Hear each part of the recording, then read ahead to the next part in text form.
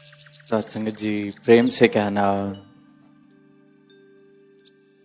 सत्संग में शामिल हुए हैं और हमने निरंतर संतों के भाव श्रवण किए और सभी ने यही प्रेरणा दी कि एक भक्ति भरा जीवन इस प्रकार जिया जा सकता है। किस प्रकार भक्ति किसी उम्र की मोहताज नहीं, किस प्रकार भक्ति के लिए किसी एक अवस्था का इंतजार नहीं करने की जरूरत, एक उम्र पर पहुंचकर भक्ति की राह को चुना जाए। एक उम्र पर पहुंचेंगे तो सोचेंगे कि हाँ, अब शायद इस परमात्मा का नाम लेना ठीक रहेगा, इस परमात्मा को जान लेना ठीक रहेगा। यही कहा कि ये तो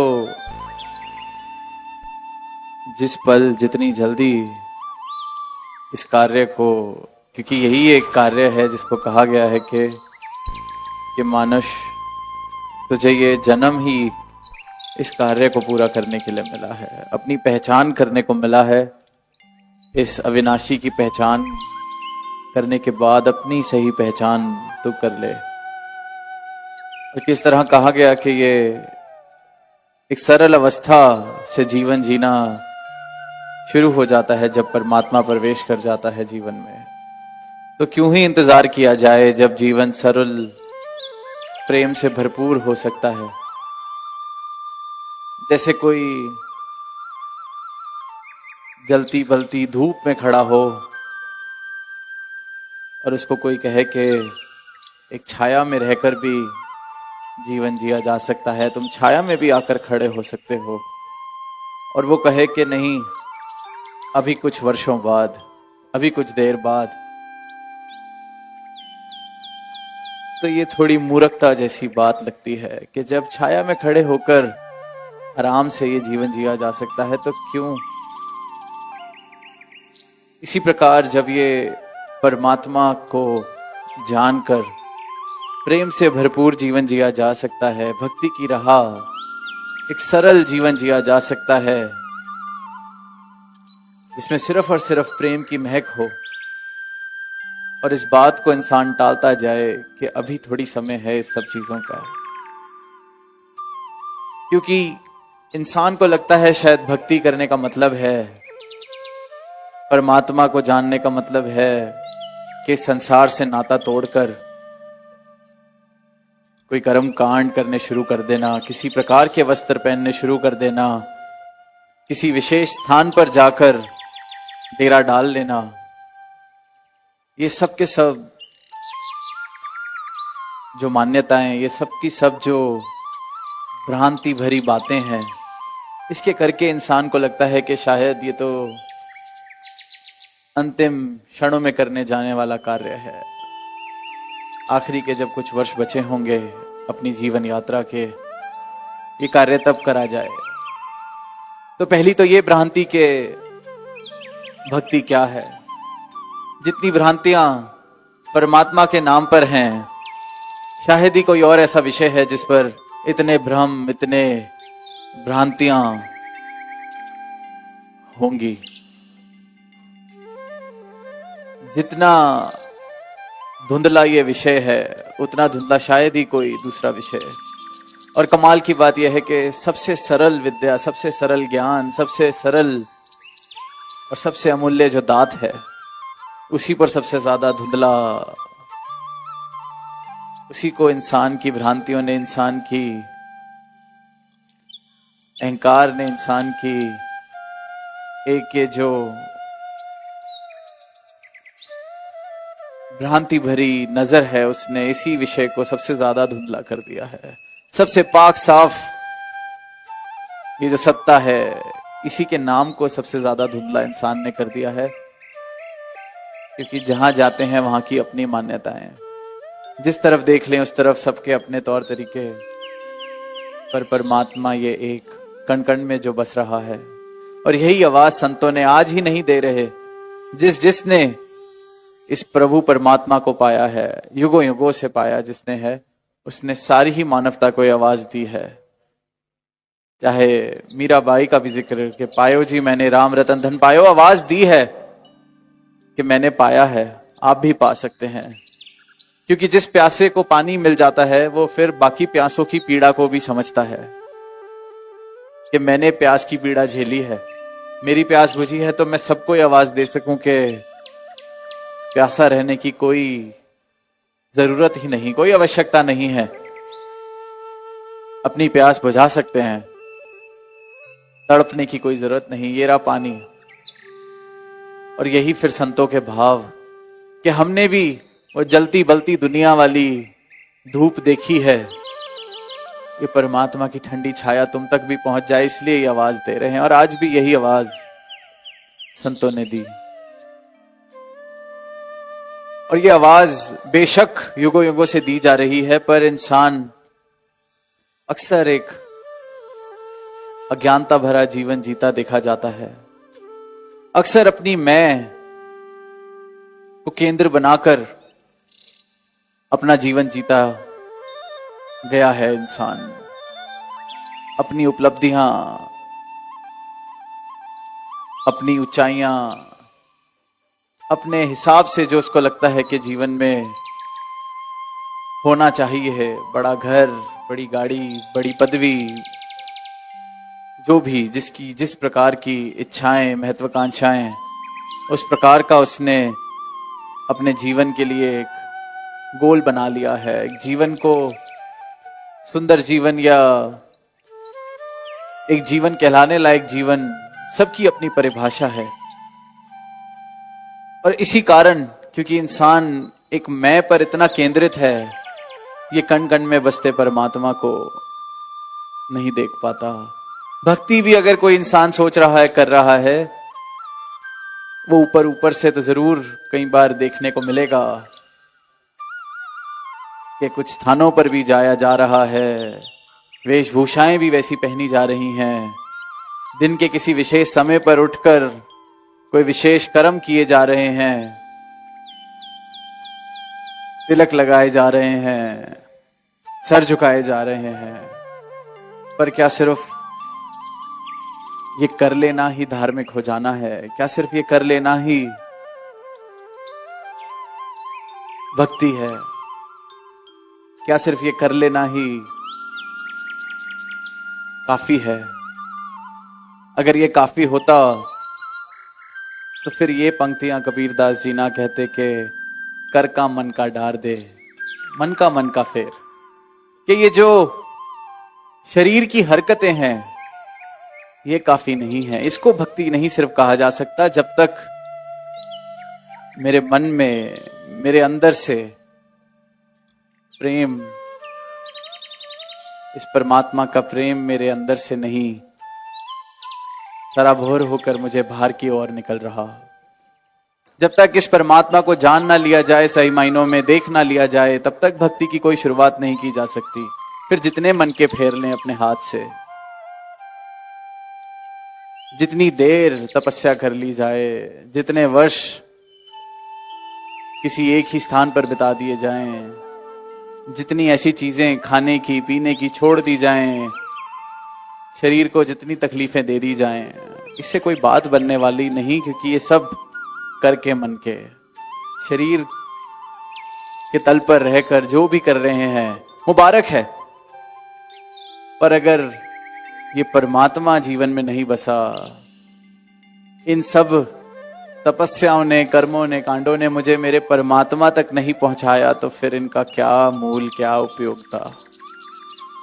तो इस संतों ने आवाज दी, इसके दर्शन, इस परमात्मा को जीवन में इस प्रकार अपने शामिल कर लिया जाए, इसको जाना जाए, देखा जाए, फिर इसकी भक्ति की जाए। मन का फेर, मन के से फिर भक्ति, मेरे रोम रोम में भक्ति बस जाए, मेरा पल पल भक्ति बन जाए, मेरे जीवन में सिर्फ और सिर्फ प्रेम, मैं से केंद्रित हो, जो मैं पर केंद्रित थी बिंदु मेरे जीवन की, वो इस तू की तरफ बढ़ जाए। तू ये परमात्मा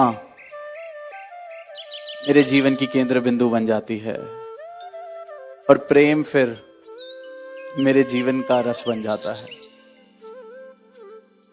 और ये भक्ति फिर मुझे किसी प्रकार के अहंकार में जाने नहीं देती।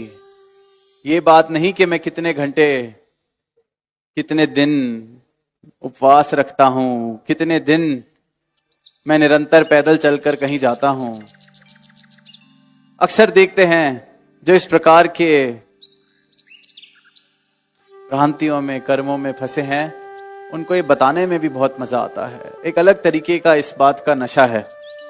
जैसे किसी को ये बताने में मजा आता है कि मैं किस पदवी पर बैठा हूं, जैसे किसी को ये बताने में मजा आता है मैं कौन सी गाड़ी चलाता हूं, जैसे किसी को ये बताने में मजा आता है कि कितनी धन दौलत है मेरे पास।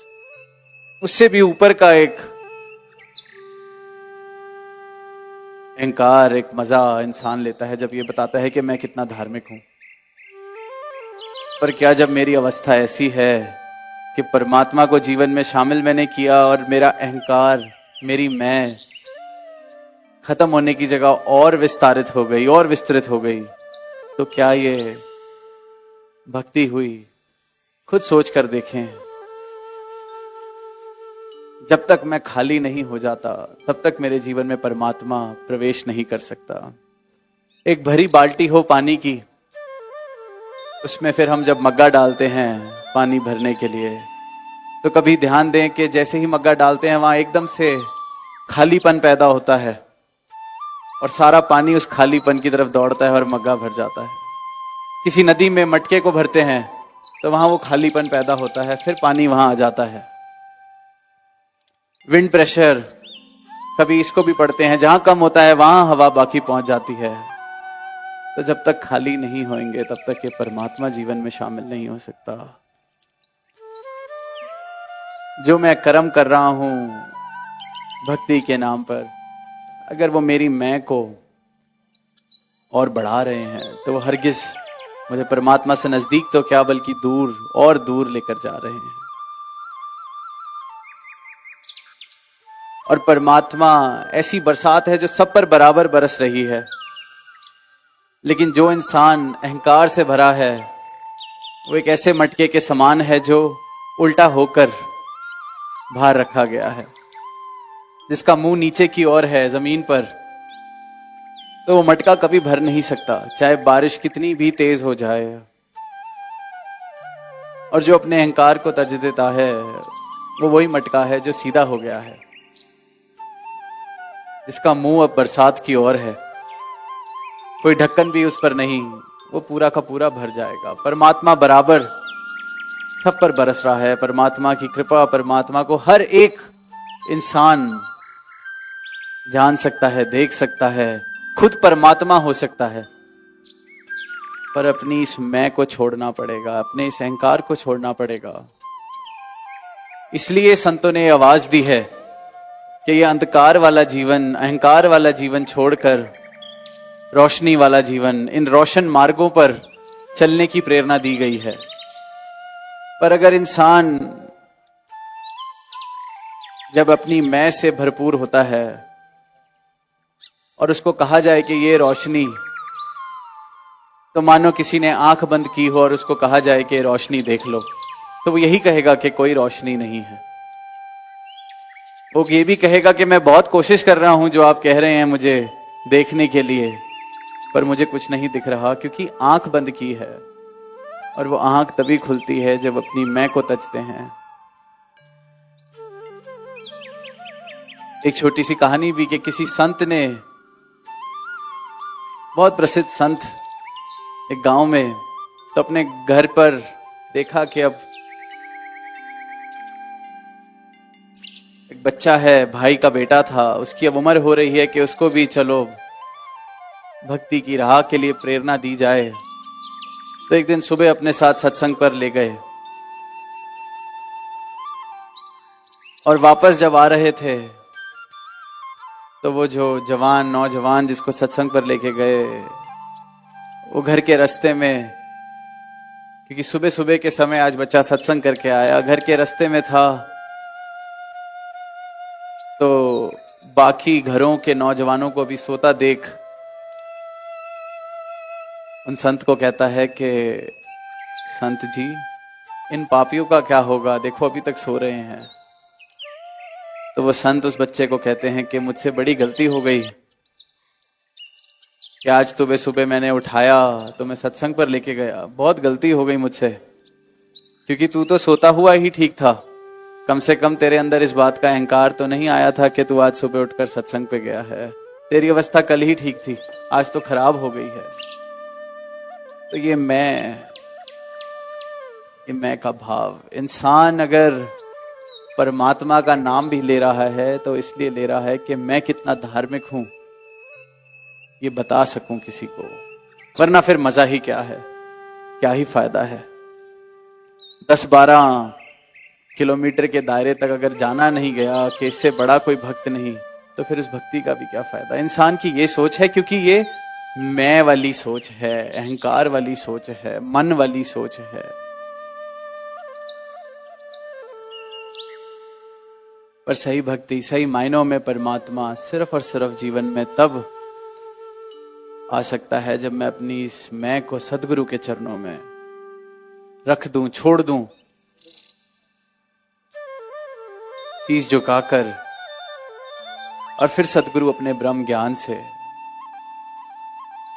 जब मुझे ये ज्ञान चक्षु, आज हमने वो बात भी सुनी, ज्ञान की नजर देते हैं, तो सही मायने में समझ आता है कि मैं क्या हूं।